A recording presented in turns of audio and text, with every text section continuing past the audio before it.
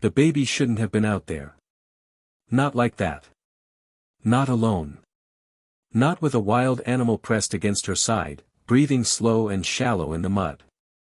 When the ranger stepped into the clearing, he froze mid-step, his boot half sunk in wet soil, breath locked somewhere in his chest. 10 feet ahead, a bobcat stood over a baby girl no older than a year, her tiny body curled against the animal's chest like it belonged there. The bobcat wasn't growling. It wasn't pacing. It wasn't even afraid. It was trembling. Its fur was soaked, torn open near the back leg, and covered in specks of dried blood and pine needles.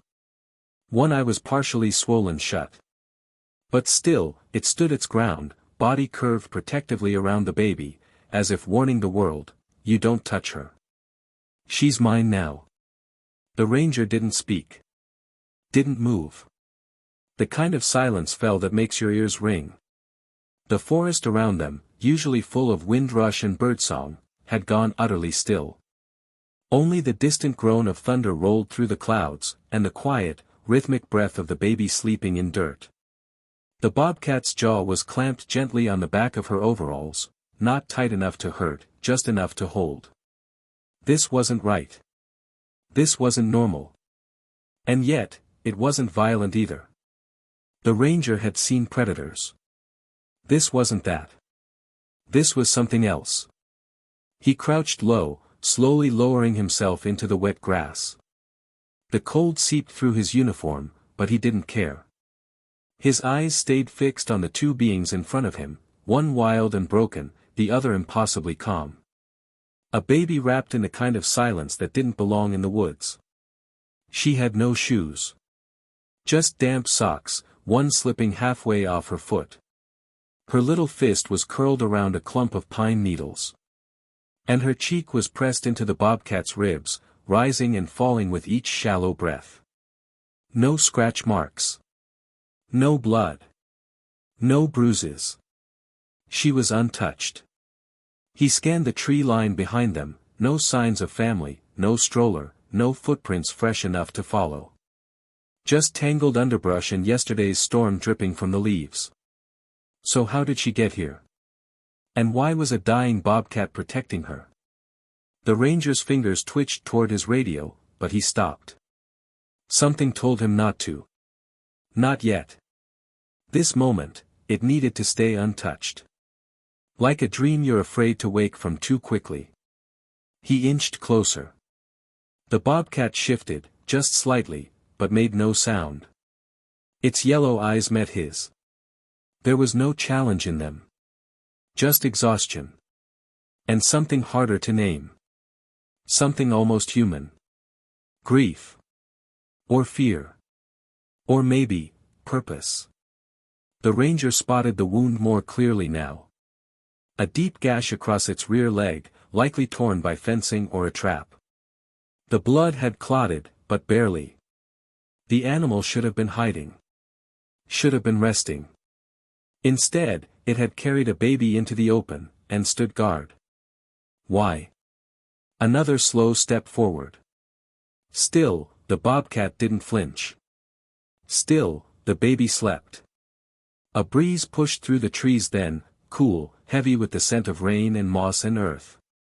It lifted the mist off the grass just enough to reveal a small shape to the left, tucked beneath a pile of wet leaves. The ranger turned his head and crawled toward it. It was a stuffed rabbit. Drenched. Torn. One eye missing. A toy. He picked it up carefully. It was cold in his hands. No more than 5 feet from the baby. This wasn't a wilderness accident. This was something else. He looked back toward the bobcat, heart pounding now. Its body was shaking harder, either from pain or from something deeper. And just as he thought to reach out, the animal did something no predator had ever done before. It whimpered. A soft, broken sound.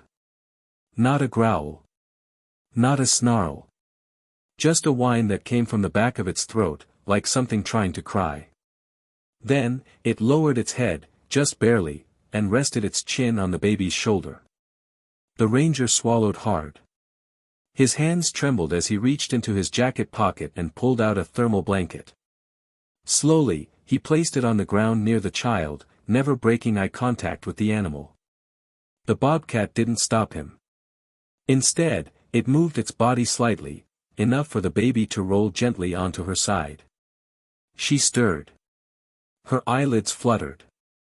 And then, without sound, her hand reached up and touched the bobcat's chest. A tiny hand. A wild heartbeat.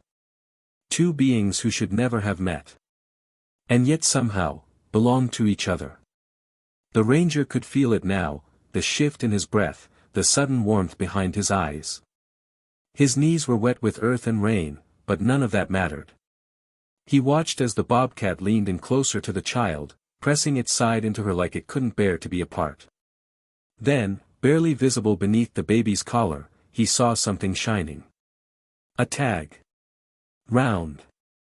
Brass. Scratched. He reached forward, heart pounding, and gently turned it over. One word was engraved in faded letters. Hope. He stared at the name. And then, quietly, without meaning to, he began to cry. It had stopped hours ago, but the ground still breathed moisture. Each step the ranger took sent soft ripples through the shallow puddles pooling beneath pine needles and fallen leaves. He didn't speak. He didn't need to. The story unfolding in front of him was already louder than words. The bobcat hadn't moved. Its eyes were still locked onto him. Not with aggression. Not with fear. Just, waiting. It had released the child's overalls, but kept close, its ribs rising and falling with labored breath. There was pain in the animal's body, but something greater kept it tethered to the baby. Something instinctive. Something it wouldn't let go of. The ranger crouched low again, watching closely. The baby rolled slightly in her sleep, one hand brushing against the bobcat's torn fur. And when she did, the animal leaned in, not away. As if drawn by her warmth. As if anchored to her presence. This wasn't chance. It couldn't be. He scanned the area again, more deliberately now. The forest offered no trails, no signs of recent campers or hikers. Only deep brush and thick trunks, heavy with the scent of moss and old rain. Somewhere beyond the ridgeline was a logging road, but it was miles out. So how did a baby end up here? His gaze drifted toward the far edge of the clearing. A set of faint depressions in the ground, boot prints, maybe, led out through a patch of broken ferns. Someone had passed through. In a hurry. But only one set. No dragging. No stroller. He traced the prints for a few feet, but they vanished quickly in the thick undergrowth. No scent trail. No blood. No fabric caught on brambles. Just, absence. Like someone had run, then vanished into the trees. Back in the clearing, the baby stirred again. She didn't cry. She didn't scream. She simply opened her eyes. Wide. Blue. Still. They blinked once in the gray light. Then turned, not toward the ranger, but to the bobcat. Her fingers closed gently on a tuft of wet fur. The bobcat didn't move. Didn't flinch. Instead, it shifted its weight, lowering its body until it was curled fully around the child. Protective. Shelter-like. Its breathing shallowed, but its posture softened. The ranger could feel the tightness rising in his throat again. Whatever had happened here, however unthinkable, this moment was real. It was happening. He slowly moved closer. The thermal blanket he'd laid near the child was still untouched. He reached for its edge and gently unfolded it farther, inch by inch, until it touched the tips of her socks. She didn't pull away. Neither did the animal. Another step. He was close now. Close enough to see the rise of tiny goosebumps on the baby's arms. Close enough to smell the mix of pine and blood and rain in the bobcat's fur. It was time. He reached forward, both hands open, and paused just before contact. No sudden moves. No noise. Just presence. The bobcat lifted its head. Their eyes met. Not as predator and man. Not as threat and savior. Just, two living beings trying to understand what came next. The ranger's fingers closed slowly around the baby's side. She felt light. Warm. Real. His arms gathered her into the blanket like lifting a fragile bundle of leaves. And still, the bobcat didn't attack. It rose shakily to its feet. Limped one step forward. Then collapsed again beside them. The ranger didn't pull away. He knelt there in the wet grass, child in his arms, and let the injured animal press against his leg. Its breath was uneven. Fading. But it refused to retreat. Minutes passed. A crow called from somewhere above, but the forest otherwise stayed hushed, like it, too, was watching. Finally, the ranger stood. Cradling the baby close, he turned back toward the trail. He took 2 steps, and paused. The bobcat tried to follow. It stumbled, collapsing again. He turned. Kneeled. Without hesitation, he shrugged off his jacket and laid it on the ground. Then, with both arms full, he knelt again and opened it wide. The bobcat stared for a long moment, then dragged its battered body forward. It stepped, barely, into the warmth of the jacket and curled slowly against his side. It had no fight left. But it had one last instinct. Stay close to the child. The ranger gathered both the baby and the wounded animal in his arms, one wrapped in silver blanket, the other in faded canvas and blood. He rose carefully, using his knees to balance. The weight wasn't much. But the meaning was. As he walked, the forest opened before him. The trail narrowed, branches brushing against his shoulders. Rainwater dripped down his back. Each step echoed with breath and heartbeat. Behind him, the clearing emptied. Only the crushed grass remained, the mark of a moment that no one else would believe unless they had seen it. He didn't speak. The child didn't cry. And the bobcat didn't struggle. It moved forward, one step at a time, beneath the canopy of tall trees, into the deeper stillness of the forest. And the silence, that impossible, holy silence, stayed with them. The ranger didn't take the road back. He knew better. The hum of tires, the sudden clatter of metal, the buzz of voices, it would all be too much. Too loud. Too wrong. Not for the baby. Not for the bobcat. And not for what had just happened. Instead, he took the low path, an old maintenance trail half swallowed by undergrowth. It curved behind the hills, winding through dense pine and open glades where the sky broke through like slow-moving rivers of light. Each step was careful, steady. The baby slept in the crook of his arm, wrapped in silver warmth. The bobcat, still wrapped in his jacket, lay across his other arm like a wounded echo. Neither stirred. The forest was quiet now. Only the crunch of his boots on pine needles, the steady weight of his breath, and the occasional rustle of wind moving through wet branches. Time didn't move in minutes. It moved in movement. In stillness. In the shift of a cloud or the slow drip of water off his brimmed hat. He didn't think about the station. Or the paperwork. Or what he'd say. He didn't even try to guess where the baby had come from. Not yet. For now, he just walked. He reached the old service cabin by mid-afternoon. The place hadn't been used in weeks. Dust clung to the windowpanes, and a pile of firewood sat untouched by the back door. But it was dry, silent, and safe. He pushed the door open with his boot and stepped inside. The scent of old cedar and dry earth filled the room. A narrow cot in the corner. A wooden table with rusted hinges. A rain bucket still catching drips from a crack in the ceiling. He laid the baby down first, gently, on a folded blanket. She shifted slightly, lips parting, but stayed asleep. Her cheeks had more color now. Her fingers flexed once, as if searching for something. Then he turned to the bobcat. Its eyes opened, barely. Its body was limp. Breathing shallow. The wound on its leg had reopened from the walk, blood had soaked through the lower half of his jacket. But it was alive. Still holding on. He set it down gently near the stove, closest to warmth. He rolled a thick blanket and propped it against the bobcat's back, creating a kind of cradle.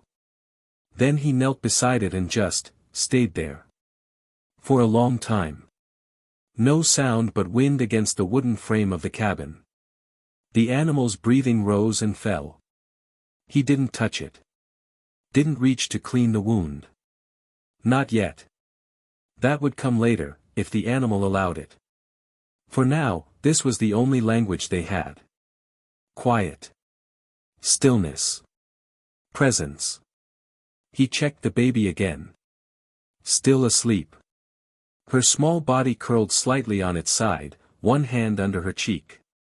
It was in that silence, surrounded by worn wood, forest light, and breath, that something began to shift.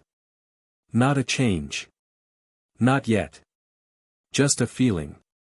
Like something raw inside the ranger had loosened. He wasn't a man who cried easily. But now, something about this wild, impossible moment refused to be kept out. The baby's warmth. The animal's loyalty. The questions with no answers. It all pressed on him, heavy and sacred. So he sat down against the wall and let himself breathe. Not to fix. Not to rescue. Just to be. Hours passed. Outside, the light dimmed. Evening crept into the cabin through slats in the window. The wind picked up, and the soft patter of rain began again, light, slow, rhythmic. The baby woke first. No tears. Just open eyes, blinking in the dim light. She turned her head toward the ranger. Then toward the stove. Her tiny hand reached out, touching the wood floor as if to test it. She didn't cry. She didn't crawl. She just lay there, quietly watching the shapes of the room. And then she saw the bobcat. Her body tensed for a moment, but only for a moment. She rolled slowly toward it. Inch by inch, dragging the silver blanket with her. And when she reached it, she didn't make a sound.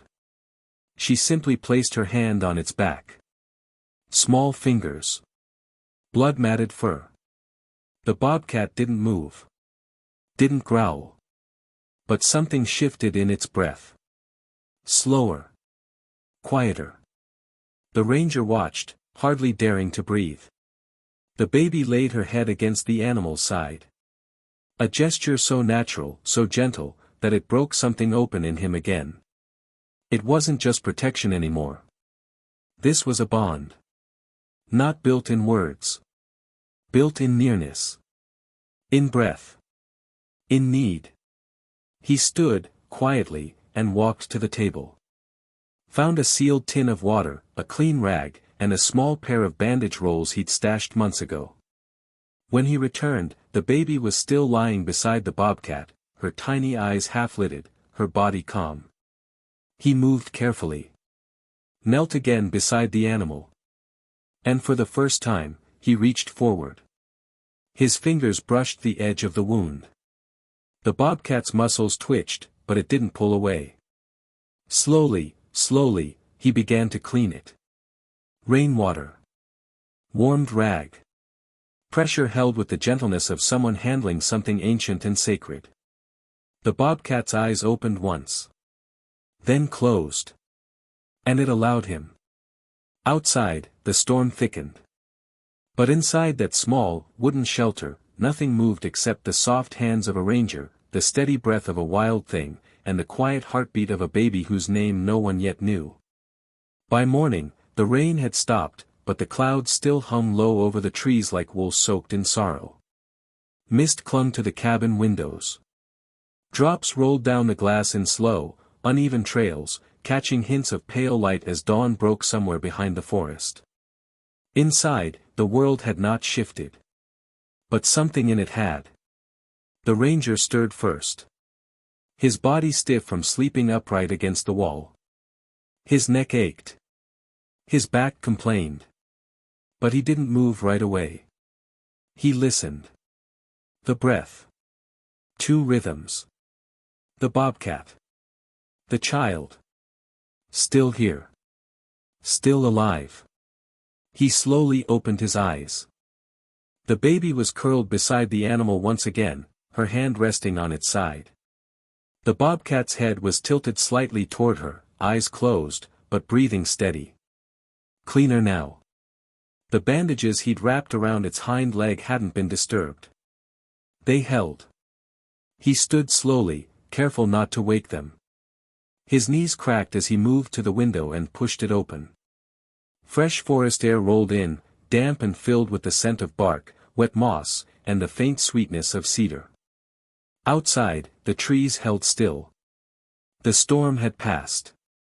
But he wasn't ready to leave. He didn't know what he'd do when they returned to the station. He didn't know what to write on a report that included a baby and a bobcat curled together like a mother and child. There were no checkboxes for that. No language that could hold what had taken place. So he stayed. He moved through the morning like a whisper. Boiled water on the small propane stove. Warmed milk from a powdered mix he kept in the emergency bin. Found a soft cloth and wiped the baby's hands. She blinked up at him, wordless, calm. No fear. Just awareness. Like she understood she was safe. When she finished sipping from the edge of the tin cup, she crawled, not toward him, but toward the bobcat again. The ranger watched. Her tiny fingers found the cat's fur and buried in it. The bobcat didn't move, but its breathing deepened. A small sound escaped from its chest, a vibration. Not quite a purr. Not quite a groan. Somewhere in between. It wasn't comfort. It was endurance. It was surrender. Hours passed. The ranger swept the cabin floor. Checked the weather radio. No alerts. Just the same gray drone of wind and faint crackle of static. The outside world didn't know what had happened here. And maybe it never would. He sat beside the stove again. The baby had fallen asleep against the bobcat's shoulder. Her cheek nestled into the curve of its neck. The animal's head rested against hers, as if they shared something older than language. Time didn't pass in minutes. It passed in breaths. At midday, the ranger stepped outside. The sky had opened slightly. A few patches of blue drifted in the fog, soft and cold. He walked to the woodpile and gathered fresh logs. When he turned back toward the cabin, something made him stop. Tracks. Small, erratic. Just beyond the clearing. He crouched, inspecting them. Boots. Heavy. Unfamiliar. They hadn't been there before. Not his. And not from days ago. These were fresh. He followed them cautiously to the edge of the woods. The undergrowth was torn, branches broken, leaves trampled. No blood. No drag marks. Just panic. The kind that didn't turn back. He didn't follow farther. Not yet. Instead, he returned to the cabin. When he opened the door, the baby was awake, sitting near the bobcat, watching the door. And the bobcat was watching him. Not with suspicion. But with knowledge. Like it had sensed what he'd just seen. He knelt slowly beside them. Ran a hand over the baby's hair. Then looked at the bobcat. Its ears twitched, but it didn't pull away. That evening, as light faded again, the bobcat stood. For the first time since they arrived, it pulled itself upright. The ranger froze. The baby reached forward, as if not wanting it to leave. But the animal didn't go far. It limped once across the room. Then turned. And lay down again, this time closer to the door. Facing out. The ranger understood. It was watching. Protecting. Not just the baby. But him. And maybe, just maybe, something beyond that. It had chosen them. Or perhaps, it had chosen this one last place to rest. Not alone. But not held. The baby crawled toward it and curled beside its ribs. The ranger sat nearby. And the night closed in. The morning came cold and slow. Fog hung low over the forest floor like a veil that didn't want to lift. The light was blue, thin and early. Inside the cabin, nothing stirred yet. The ranger sat near the door, boots still damp, jacket draped over the back of a chair to dry. His body hadn't moved much in the night. Neither had his thoughts. The baby had fallen asleep pressed against the bobcat's side again, her breath barely audible, hand buried in fur. The animal had not shifted from its place near the door. Still guarding. Still watching. Its eyes were open now, but only halfway. There was something quieter about it this morning. Not weakness. Peace. The ranger rose and stepped outside. The woods felt unfamiliar, even though they hadn't changed. There was something about what had happened, about what he had seen, that rewrote how the trees looked. How the air moved. How silence sounded. He walked the perimeter slowly, scanning the trail that curved back toward the deeper woods. That's when he saw them. More tracks. Not old. Not panicked. Smaller. Crouched down. The toe shape was clear, child-sized. A second set, heavier, wider. Adult. The boot treads matched the ones from the day before. Someone had come back. Recently. He followed the trail only a few steps before the forest shifted again, birds lifting from the canopy above, startled by something unseen. And then, voices. Far off. Distant. A man. Calling. Then silence again. He turned immediately, heart racing, and moved back toward the cabin, fast, but quiet. As he reached the clearing, he slowed. Everything inside was exactly as he had left it. The baby was sitting up, eyes bright, staring at the window. The bobcat was still lying near the door. Still. Too still. He stepped inside, his breath caught behind his ribs. The baby turned to him. She wasn't crying. She wasn't reaching. She was waiting. He crouched beside the animal. The chest wasn't moving. The wound hadn't reopened. The bandages were intact. But something had passed in the night. Quietly. Gently. Without sound. The bobcat was gone. The ranger didn't move for a long time. Just knelt there in the space between warmth and loss. The baby reached out, one hand resting gently against the animal's neck. No fear. Just presence. He wrapped his arms around her then. Held her close. Not to protect her from grief. But to let her feel it. To let her remember that it had been real. The door creaked suddenly. Outside, footsteps approached through the trees. The ranger turned.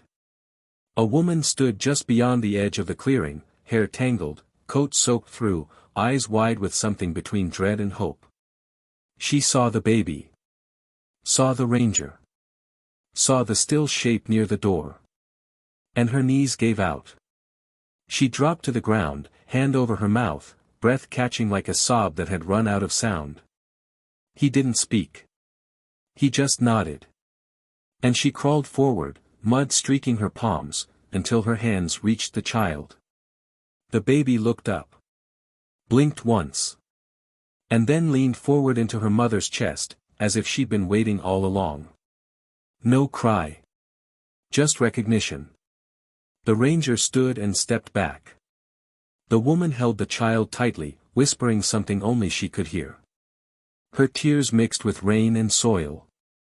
Her breath shook as she rocked back and forth. After a long while, she looked at him. Eyes asking something no words could reach. He didn't answer. He just gestured to the animal near the door. She turned her gaze. Her expression changed, not fear. Not confusion. Just awe. Like something holy had passed through this forest and left a mark. He watched as she reached forward, hand trembling, and touched the bobcat's fur. Then she bowed her head. Not to pray. To thank. Hours later, when they left the cabin, the child was bundled in a clean blanket, her hand wrapped tightly around her mother's coat. The ranger carried a shovel over his shoulder. He walked a few paces ahead, clearing brush, guiding the path. They reached the spot beneath the tall cedar. The earth was soft from the rain. He dug slowly, methodically. No one spoke. When it was done, he laid the bobcat down in the hollow, still wrapped in the jacket. The woman placed the baby's stuffed rabbit beside it, wet and worn, but whole. The ranger covered the grave carefully. When he finished, he pressed one hand against the mound of soil and stood. The woman whispered something. Then looked at him. "Hope," she said. Just once. He didn't answer. He didn't need to. The name had already taken root. As they walked back, the fog began to lift. The forest opened slightly. Sunlight pierced through the treetops like quiet music. And behind them, at the base of the cedar tree, the ground held something more than memory. It held meaning. The following days unfolded slowly, like pages left out in the wind. The ranger never told the full story. Not to the other rangers. Not to the press when they asked. Not even when the search logs were reviewed and marked with red lines and confused timestamps. He reported what he could. That a child had been found. That she was safe. That her mother had returned and that both were taken home in silence. That no foul play was suspected. He didn't mention the bobcat. Not really. Only once, in the margins of his notebook, he wrote a name. Hope. No one asked about it. No one needed to. At the cabin, he returned every few days. Not to check in. But to remember. He cleared the area near the cedar tree, where the ground had been disturbed. He planted wildflowers around the edge, careful not to change too much. Just enough to mark something sacred. In time, the birds returned. So did the small deer that sometimes crossed into the glade at dawn. And in late autumn, after the leaves had curled and fallen, he noticed something strange. Near the base of the tree, barely visible in the moss, were prints. Small. Feline. But not fresh. He knelt down and traced them with his hand. The soil was undisturbed. The grass not crushed. Only the shape remained. As if something had stood there one last time before it disappeared. He didn't disturb it. He just sat. For a long time. Winter came. The cabin roof gathered snow. The trails froze. The forest grew quiet again, but it never felt empty. One afternoon, weeks later, a letter arrived. No return address. Just a folded piece of paper inside, and a photograph. The photo was simple. A child, maybe 2 now, standing beside a window with light falling across her face. She was holding a stuffed rabbit. Worn. Repaired. In her other hand, barely visible, was a small, metal tag on a chain. Round. Faded. It read, Hope. On the paper, only one sentence. She still sleeps facing the door. He folded the letter slowly. Held it for a long while. Then placed it between the pages of his logbook, behind the original note. The forest outside groaned softly in the wind. That spring, he returned to the tree again. The flowers were blooming. The grave undisturbed. But something was different. Just beyond the cedar, nestled in a patch of soft moss, was a tuft of fur, golden brown, sun-bleached, unmoving. He didn't touch it. Didn't bring it back. He left it where it had been laid, like a message carried on the wind and dropped gently for him to find. A sign, maybe. Or just the last thread of something that refused to vanish entirely. He turned toward the woods. A breeze passed through the clearing, carrying birdsong and pollen and the warmth of a sun that had waited all winter to return. He walked slowly, quietly. And just before the trees swallowed him, he turned back. The cedar stood tall. Still. Beneath it, the flowers leaned toward the light. And above them, in the moving shadows of the branches, the wind whispered something soft. It didn't sound like a voice. Not exactly. But it lingered just long enough to feel like one.